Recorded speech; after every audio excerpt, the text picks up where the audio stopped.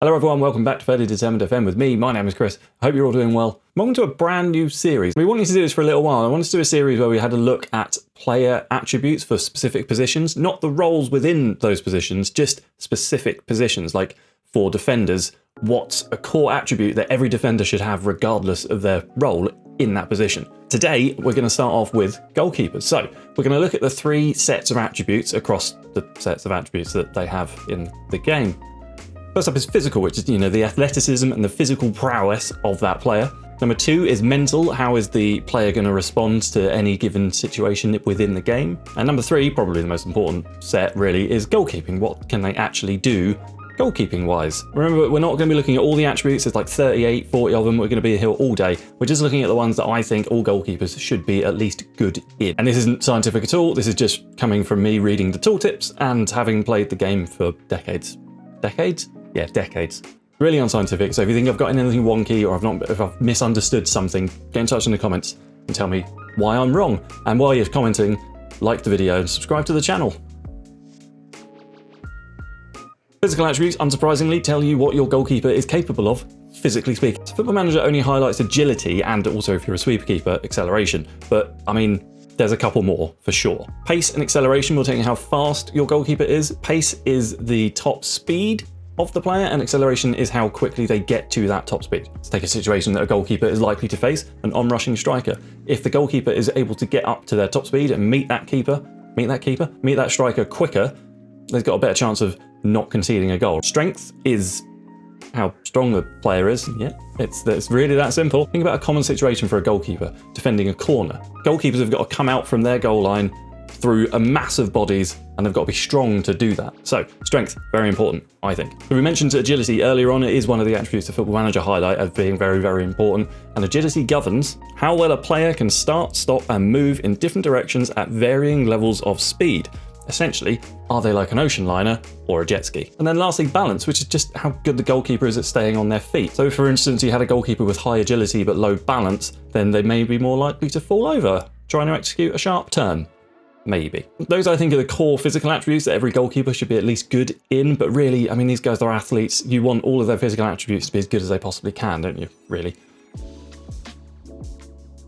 Goalkeepers, I think, are a funny breed. They spend a lot of the time on their own in a big white box, and it's probably quite easy to switch off when you're on your own in a big white box and all the action might be up the other end of a pitch. Goalkeepers can't switch off. They've got to have good mental attributes to make sure they're staying in the game, even though they're not physically in the game at every moment. That makes sense? I think that makes sense. So we'll start with anticipation, which is the player's ability to predict and react to events going on around them. A goalkeeper with high anticipation. A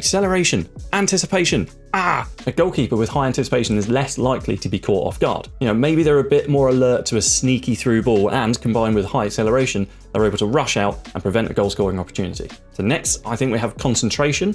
This governs the player's mental focus and attention to detail on an event by event basis. Now that reads to me like it's the brother or sister of anticipation. If your goalkeeper is able to keep focus and anticipate actions, he'll have a good overall sense of what's going on within the match and be able to make actions when needed. Make an impact when needed. So positioning is also very important. It's how capable a player is of reading an attacking situation and getting themselves into the right spot to be able to prevent it, or deal with it, maybe not prevent it, but deal with it. So a player with poor positioning, for instance, could find themselves in no man's land and get chipped by some cheeky striker. Then there's composure. Now I auto-translate composure in my head to calmness, because that's what I tend to think of it as. It tells you if your goalkeeper is going to be able to remain calm under pressure and make the right call in any given situation. So then, bravery, another very important attribute, I think. I think you've got to be pretty brave or stupid to be a goalkeeper, because you're constantly throwing your body in front of feet and skulls for the entire match. And a high bravery attribute means your goalkeeper is less likely to avoid those situations where they might get hurt. So lastly, and I think probably the most important mental attribute, is decisions. Everything the goalkeeper does is going to be governed by that decision attribute. The tooltip says, reflects the player's ability to make the correct choice both with and without the ball. So making the choice whether or not to rush from his goal line, whether to come for a cross or not, whether to catch the ball or punch the ball, play the risky pass or the safe pass. All of that is going to be governed by that decisions attribute. And if that's terrible, they're going to be making the wrong choice. It doesn't matter how good the other mental attributes are. And then lastly, the goalkeeping attributes, which are probably pretty important for goalkeepers. Start with the easy one, handling. It's, is the goalkeeper capable of handling the ball? You know, a keeper with low handling might fumble a catch or something, you know. We've all seen it, those shots where the goalkeeper's meant to parry it and it goes straight through their hands. I think that's probably governed by the handling attribute. Keepers have their own additional passing attribute called kicking. Weirdly complicated, so I'll just read out the tooltip and then we'll unpack it. This attribute reflects both the distance the goalkeeper can kick to and the accuracy he can find both from hand and from dead ball restarts. Passing reflects their ability at moving the ball during open play. Kicking is just about how good a goalkeeper's goal kicks and free kicks are. It says from hand as well, but that isn't about throwing, that's a separate attribute. It's how good they are at drop kicks, you know, where they throw the ball and punt it downfield. And all of that is separate from their passing ability, which is governed, like all the other outfield players, by the passing and vision attributes and only comes into play during open play. It's strangely complicated. I'm reading that, I kind of think that the goalkeeper's passing ability should just be governed like passing and vision, whether it's from open play or not. So another slightly confusing one, and there's quite involved, this one, is jumping reach and aerial reach. And I didn't mention jumping reach in the physical attributes because aerial reach is in the goalkeeping attributes, and I knew I wanted to talk about it here. Jumping reach is defined as the highest point a player can reach with his head, whereas aerial reach reflects the player's physical ability to challenge in aerial situations. It confused me a bit, so I decided to dig into the Sports Interactive forums and I found a comment by Jack Joyce in a thread.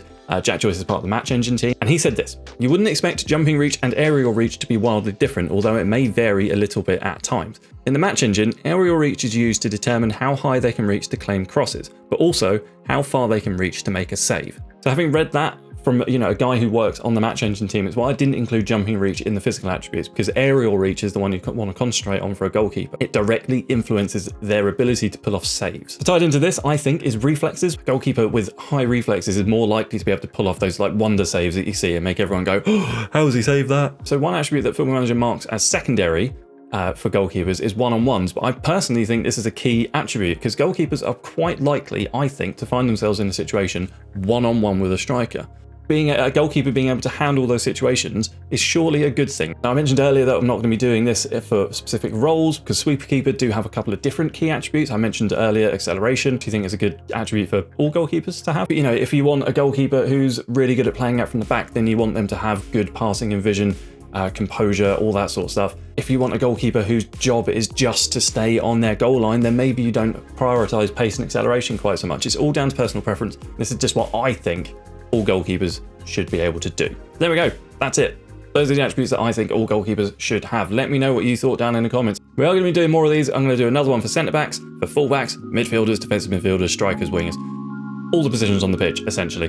So, let me know what you thought down in the comments. Leave a like on the video if you enjoyed it. Subscribe to the channel if you haven't already, and I'll see you very, very soon for more of this. Also, I'm doing a long-running Manager's Journey, Journeyman Manager save called The Manager's Journey. There's a link here. Click it, and I'll see you soon. Cheers. All the best. Bye.